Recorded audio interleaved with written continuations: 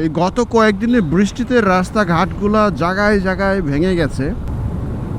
যদি বৃষ্টি আরও এরকম কিছুদিন থাকে তাহলে রাস্তাগুলো আসলে চলার জন্য অনুপযোগী হয়ে যাবে আবারও।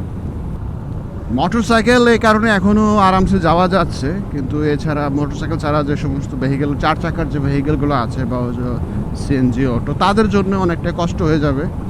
কারণ জায়গায় জায়গায় গর্ত, জায়গায় জায়গায় ভাঙা। একটা চাকা তারা কন্ট্রোলে নিতে পারলেও আর একটা চাকা অবশ্যই গর্তে ফেলতে হবে। আকাশ এখনও কালো হয়ে গেছে।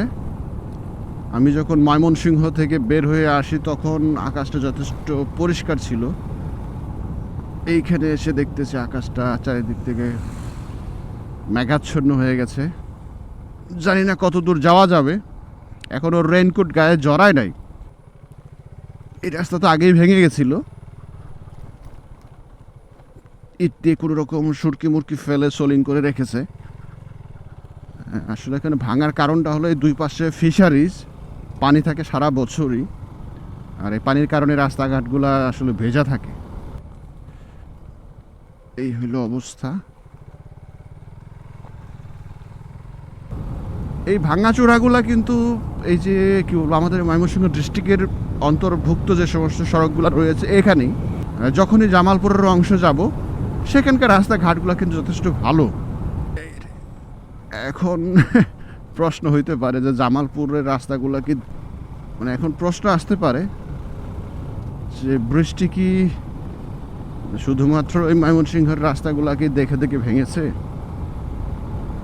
জামালপুরের কেন এই যে এখানটায় দেখো কতগুলো ভেঙে গেছে, এই পাশে এই পাশে।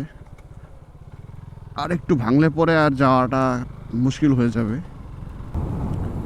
ওই আমার সামনে যে সাইনবোর্ডটা বা ইন্ডিকেটরটা, ধন্যবাদ সড়ক বিভাগ ময়মনসিংহ, রোড ডিভিশন ময়মনসিংহ।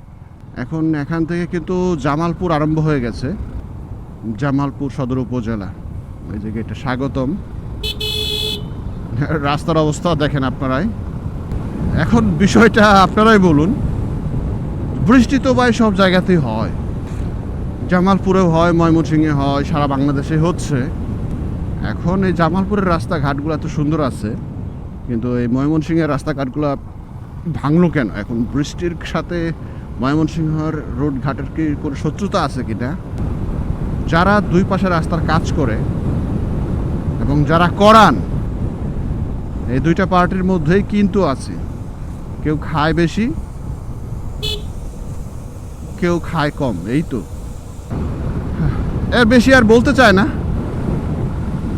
পরে ঝামেলা হয়ে যাবে আর কি। তবে তুলনামূলকভাবে ময়মনসিংহ অঞ্চলের তুলনায় জামালপুর অঞ্চলে বৃষ্টি একটু কম হয় আমার কাছে মনে হয়।